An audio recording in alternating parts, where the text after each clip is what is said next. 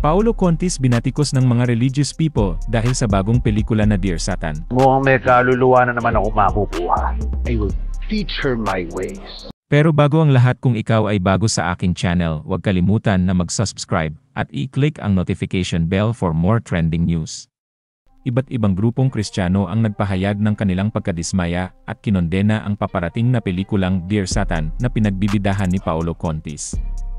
Sa nakalipas na mga araw, ang paparating na pelikula na pinamagatang Dear Satan na tampok sina Paolo Contis, Aya Fernandez, at Sienna Stevens ay naging isa sa mga pinakakontrobersyal na paksa online.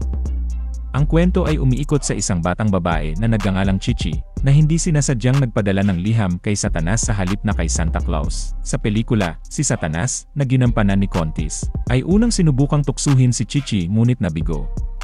Kasunod ng payo upang magpakita ng kabaitan, sinimulan niyang bigyan siya ng mga regalo at nagtatapos sa pagbuo ng isang malambot na lugar para sa kanya.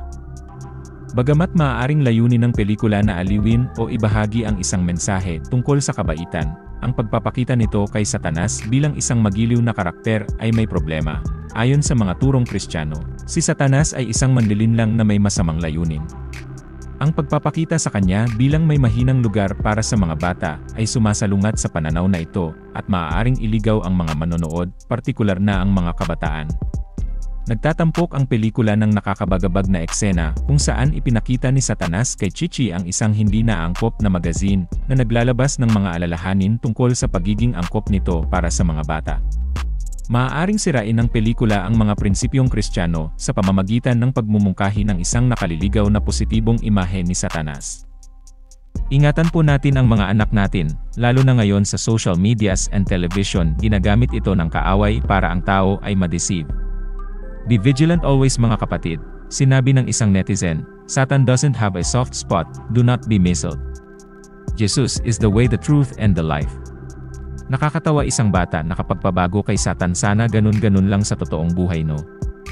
This movie is very wrong, tinturuan ang mga bata na imbes sa Panginoon humiling kay Santa or si Satan.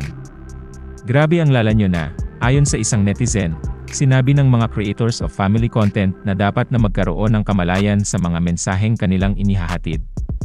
Mahalagang pumili ng mga pelikulang nagpapakita ng mga positibong halaga at naaayon sa tumpak na mga turo sa moral.